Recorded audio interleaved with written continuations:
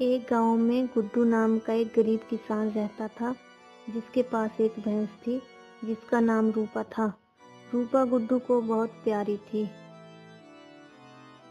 वह दिन रात मेहनत करता था, परंतु फिर भी उसकी गरीबी दूर नहीं हो रही थी।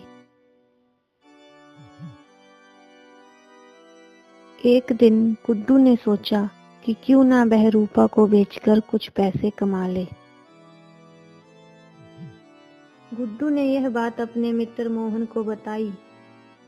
मोहन ने कहा, भाई तुम अपनी बकरी क्यों बेच रहे हो? ये तो तुम्हारी सबसे प्यारी चीज है।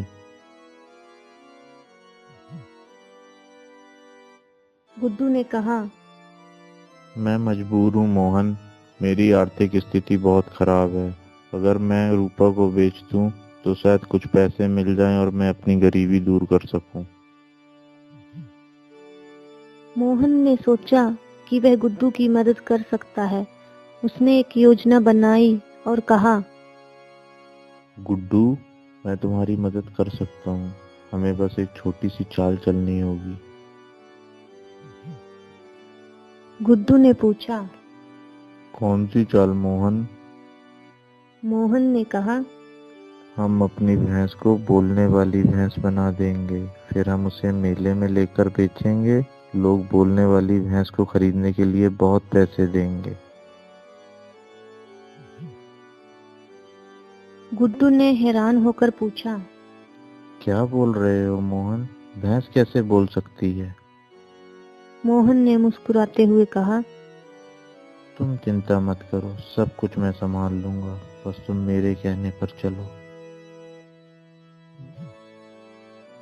मोहन ने एक छोटे से यंत्र का आविष्कार किया, जिसे उसने रूपा के गर्दन में बांध दिया। यह यंत्र रूपा के मुंह से मानव आवाज निकाल सकता था।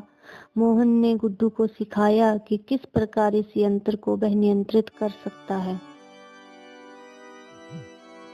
अगले दिन गुड्डू और मोहन रूपा को लेकर गांव के मेले में गए। वहां उन्होंने रूपा को एक मंच पर खड़ा कर दिया और लोगों को बुलाना शुरू किया।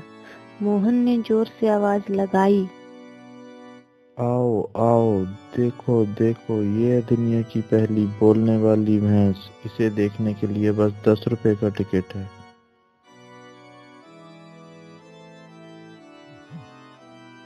लोगों की भीड़ इकट्ठा हो गई। सभी लोग हैरान थे कि कैसे एक भैंस बोल सकती है। उन्होंने टिकट खरीदे और मंच के पास आकर खड़े हो गए।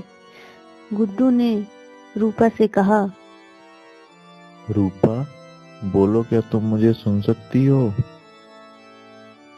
रूपा ने यंत्र की मदद से कहा, हाँ मालिक, मैं आपको सुन सकती हूँ।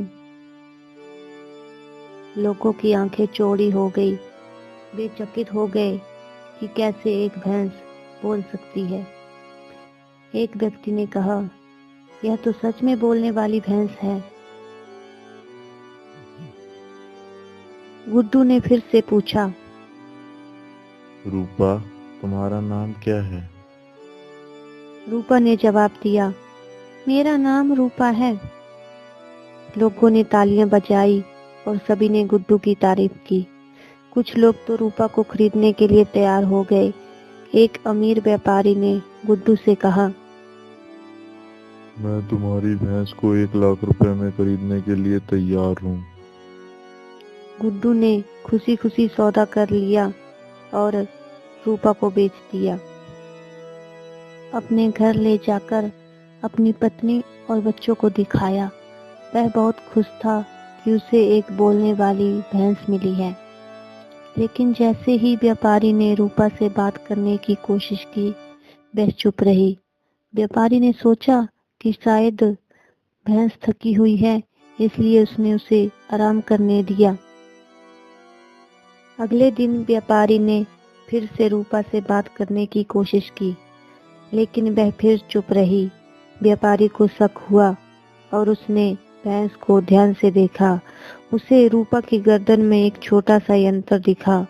उसने यंत्र को देखा और वह समझ गया कि उसके साथ धोखा हुआ है। व्यापारी गांव में आया और उसने गुड्डू और मोहन को ढूंढने की कोशिश की। वह गांव में पहुंचा और उसने गुड्डू और मोहन को ढूंढ निकाला। व्यापारी ने उन्हें डांटते हुए कहा, तुमने मुझे धोखा दिया है, ये भैंस बोल नहीं सकती।